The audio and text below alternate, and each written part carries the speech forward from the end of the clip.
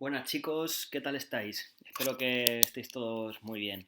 Bueno, en primer lugar me gustaría felicitaros por el trabajo que estáis realizando hasta el momento de manera muy autónoma e independiente en algunos casos y eso conlleva una gran dificultad y vosotros lo estáis resolviendo con creces, así que os felicito por el trabajo que lleváis haciendo estas semanas que llevamos en esta situación. Bueno, mirad, vamos a continuar con el siguiente tema, que será la unidad número 7. La podéis descargar ya en el campus virtual, que la tenéis allí. Y el tema 7, bueno, es el periodo de entreguerras, es decir, qué es lo que pasa en Europa tras la Primera Guerra Mundial hasta el inicio de la Segunda Guerra Mundial.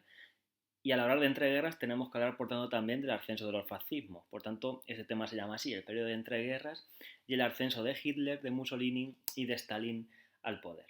Bien, vamos a empezar por el punto primero, que es el nacimiento de la Unión Soviética. Vamos a ver la guerra civil que se produce en Rusia tras finalizar el acuerdo del Tratado de Brest-Litovsk, como los bolcheviques intentan consolidarse en el poder frente a los opositores. Vamos a ver cómo se desarrolla o cómo se consolida esa Unión Soviética y vamos a ver la política económica que lleva a cabo Lenin, que es conocida como la NEP o la nueva economía política, y por qué intenta o por qué lleva a cabo esa política económica dentro de la Unión Soviética. Bien, un poco para ponernos los antecedentes de lo que vamos a ver de la guerra civil rusa, que va desde 1918 hasta 1922 aproximadamente. Tenemos que acordarnos de cómo termina la Revolución de Octubre de 1917, que termina con esa paz de Brest-Litovsk, perdón, o el Tratado de Brest-Litovsk, ¿vale? Que supuso, bueno, cerrar el acuerdo con el que Lenin llegó con los alemanes y que le permitió llegar en tren desde Finlandia hasta, hasta San Petersburgo, perdón, ¿vale? Este tratado, como lo veis, va a dar lugar a nuevos países como Finlandia, como Estonia, Letonia, Lituania, Polonia y Ucrania, que se van a desvincular, en este caso, de lo que era el imperio ruso, o lo que ahora va a ser la Unión Soviética, ¿vale? Por tanto, Rusia va a perder una gran parte importante de su imperio, aunque muchos de estos países o de estos estados van a posteriormente a depender directamente de la Unión Soviética. Aunque sean países independientes, se integrarán dentro de la República Federal que se va a crear, ¿vale? Ahora veremos eso qué es lo que es exactamente. Vale, mirad. El nuevo gobierno bolchevique se va a ser conocido como Consejo de Comisarios del Pueblo. Que no os líe la palabra comisarios, es simplemente un término que tanto Trotsky como Lenin utilizaron para desvincularse del concepto de ministro, que ellos entendían que era un concepto muy, muy burgués. Entonces los revolucionarios, en este caso los bolcheviques, no podían adquirir nombres pertenecientes o que simularan o emularan a la burguesía.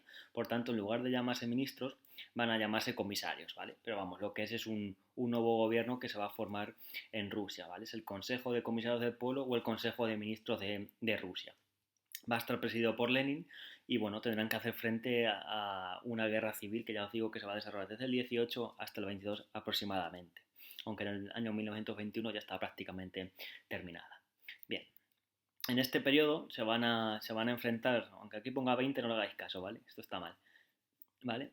Aunque en este periodo se van a enfrentar el ejército rojo y el ejército blanco. Ahora lo veremos un poco más detenidamente, antes os pongo un poco en situación, y lo que me interesa es un poco también ir viendo cómo cada ejército ya empezaba a desarrollar su propia propaganda de guerra, que va a ser algo muy común, el aparato propagandístico en estos años 30, y que iremos viendo, pues bueno, sobre todo cuando lleguemos a la parte de los fascismos, de los totalitarismos, ¿vale? Bien, en este periodo de la guerra civil se va a producir un acontecimiento también muy importante que va a marcar un poco las características de los años 30, como va a ser la violencia que va a haber durante todo este periodo. Violencia por parte del Estado, violencia por parte fuera del Estado. En este caso, mediante atentados que se empezaban a realizar dentro de la Unión Soviética, como el que se realizó contra Lenin, impulsado por la anarquista Fanny Kaplan, ¿vale? Bueno, vamos a ver ahora sí un poco más sobre esta guerra civil. Bien, mirar, como ya os digo, la guerra civil en Rusia, para consolidar ese nuevo imperio que se crea, esa nueva Unión Soviética que se quiere crear por los bolcheviques, va a enfrentar al ejército rojo, creado por los bolcheviques y a cuyo mando estaba Trotsky. El ejército rojo está formado principalmente por antiguos oficiales del zar de Nicolás II. Muchos de ellos se alistaron al Ejército Rojo porque tenían miedo a las represalias y también porque veían como un medio muy fácil para poder ascender, ¿vale? La guerra y los bolcheviques pues eso les ofrecía mayor facilidades para poder mejorar su condición. ¿Vale? Otros también lo hicieron porque entendían, muchos jefes militares entendían de que era un deber patriótico, pues entendían que el pueblo ruso, pues bueno, había elegido la revolución y que por tanto el momento ahora era defender la revolución, consolidar la revolución rusa en lugar de combatir contra ella. Bien, al otro lado, estamos hablando aquí completamente, si os fijáis ya, en una lucha de clases, una lucha política, ¿vale? Bolcheviques contra el ejército blanco. ¿Vale? El ejército blanco, os lo pongo aquí, formado por defensores del zarismo y por tanto muchos de ellos querían volver a lo que era el antiguo régimen. También contaban con el apoyo de Francia, de Gran Bretaña, de Japón y de Estados Unidos. Mirad, esto es muy importante, el apoyo de Francia y de Gran Bretaña, porque si os acordáis cuando hablábamos de Moscú, de San Petersburgo y de otras regiones industrializadas de Rusia, que se realizaron durante la época del zar Nicolás II, esta industrialización se pudo llevar a cabo gracias al apoyo económico que potencias como Gran Bretaña y Francia habían aportado al imperio del zar. Cuando llega el Ejército Rojo, cuando llegan los bolcheviques al poder, renuncian a todas las deudas que tenía Rusia, tanto con Francia como con Gran Bretaña. De igual modo entendían de que consolidar un Estado, en este caso comunista, podía atentar contra los intereses de la economía capitalista, del capitalismo, claro. Entonces, por eso los países occidentales, con economías liberales, con economías capitalistas, deciden también participar en esta guerra. Y concretamente Francia y Gran Bretaña, por lo que os he dicho, de la industria. ¿Vale? Bueno, el conflicto, lo más importante, bueno, si os fijáis aquí, ¿vale? Es un poco los diferentes territorios que ocupaban. Eso tampoco me interesa, lo que me interesa sobre todo es esto, ¿vale? Porque los bolcheviques aplicaron lo que se conoce como un comunismo de guerra, ¿vale? El comunismo de guerra es simplemente orientar toda la maquinaria industrial a producir armamento, ¿vale? Para poder pues llevar a cabo una victoria en la guerra. Es decir, el objetivo era avituallar al ejército para ganar el ejército blanco. Esta fase se conoce como comunismo de guerra y eso supuso sobre todo la supresión de la propiedad privada y la estatalización de la industria para hacer frente a las necesidades del ejército. Es decir, todo lo que se estaba produciendo se producía por parte del Estado, no había una iniciativa privada. Es decir, un dueño de una industria no podía decidir cuánto material bélico producir. Todo lo que se producía lo decían o era dicho en este caso, por el Consejo de Comisarios del Pueblo o por el gobierno bolchevique. ¿Vale? El resultado va a ser pues este. El ejército rojo ganará la guerra civil y se sentarán las bases políticas para un nuevo Estado soviético. Después de la guerra civil va a venir, como en todas las guerras, la posguerra. Y en esa posguerra va a haber una caída de la producción debido a que la gente no podía consumir tanto debido a la pobreza que había y por tanto la producción de las industrias, de las fábricas, va a caer paulatinamente. Eso además ha de añadir a que la sociedad va a pasar mucha hambre debido a la carestía de alimentos que va a producir la guerra porque los campos quedaron completamente arrasados por las bombas, por las guerras y bueno, pues en general por la guerra civil, ¿no? Vale. Bueno, eso en cuanto a la guerra civil, ahora seguiré por aquí abajo, ¿vale? Pero antes de eso, quiero volver aquí, ¿vale? Porque después de la guerra civil se va a iniciar lo que se conoce como el nacimiento de la Unión Soviética, porque ya no hay rivalidades que impidan a los bolcheviques consolidar el nuevo régimen que quieren establecer, ¿vale? Entonces, bueno, a lo largo del conflicto los bolcheviques se van a desmarcar completamente de los socialistas, ¿vale? En los países occidentales, esos socialistas han utilizado el Parlamento, acordaros, para llevar a cabo las reivindicaciones de clase. Si os acordáis, que no sé si os acordaréis, cuando veíamos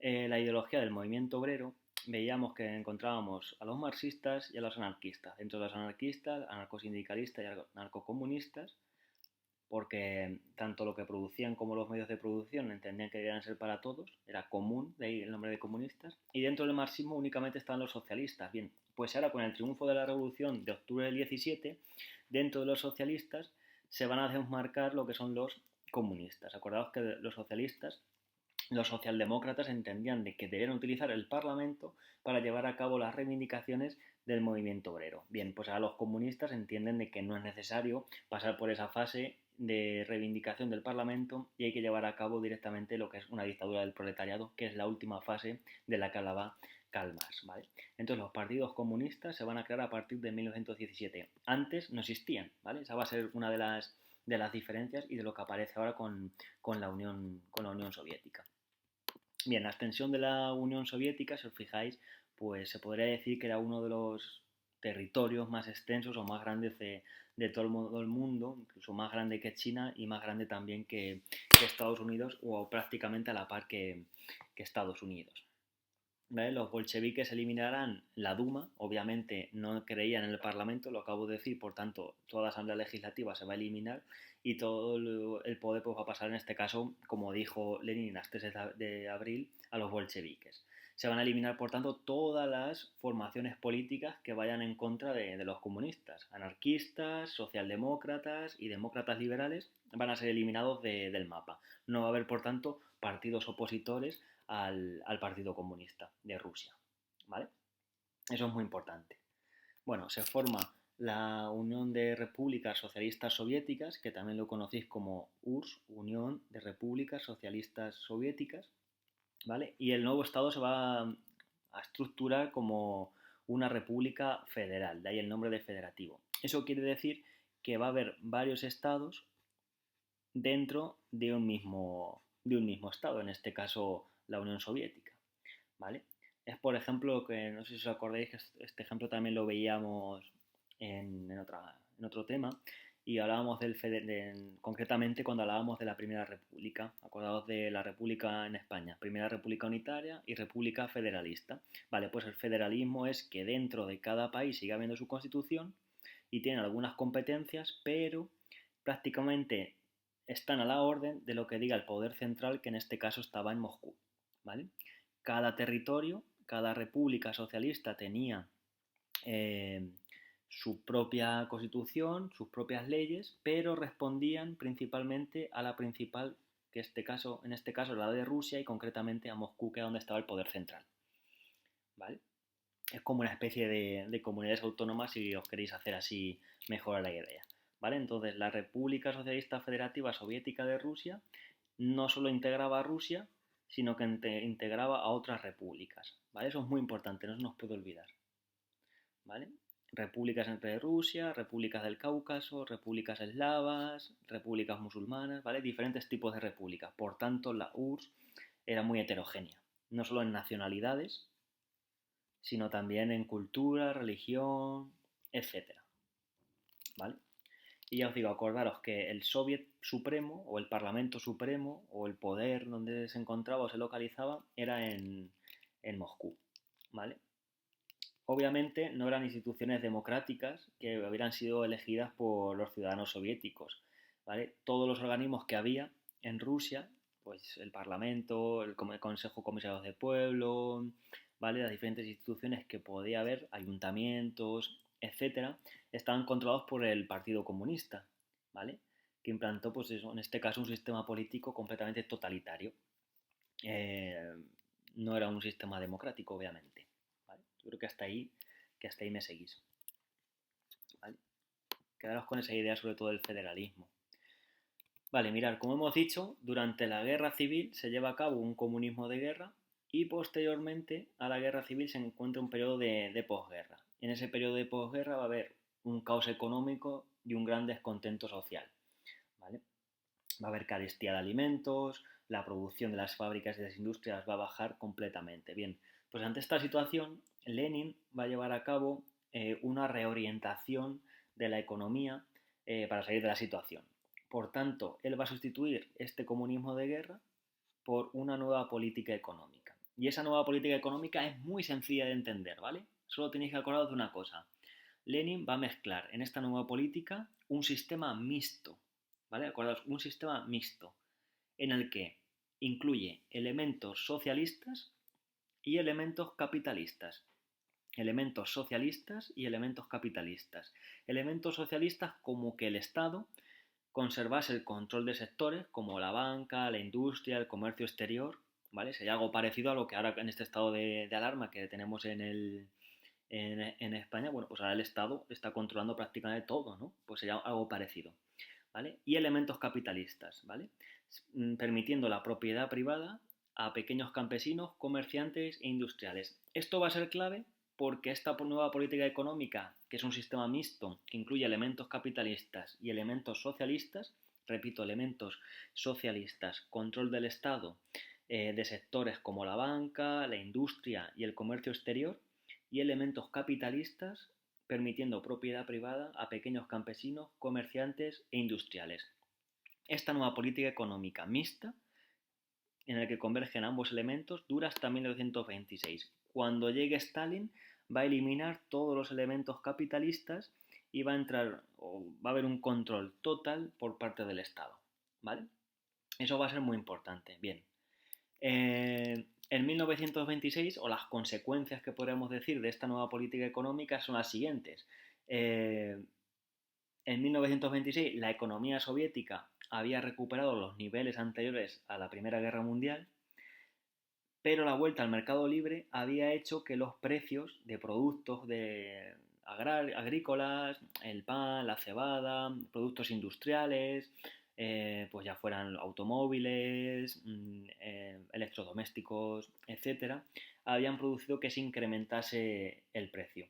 Esto había llevado también a originar problemas de abastecimiento en las ciudades porque no todo el mundo podía tener acceso a esos productos, ¿vale?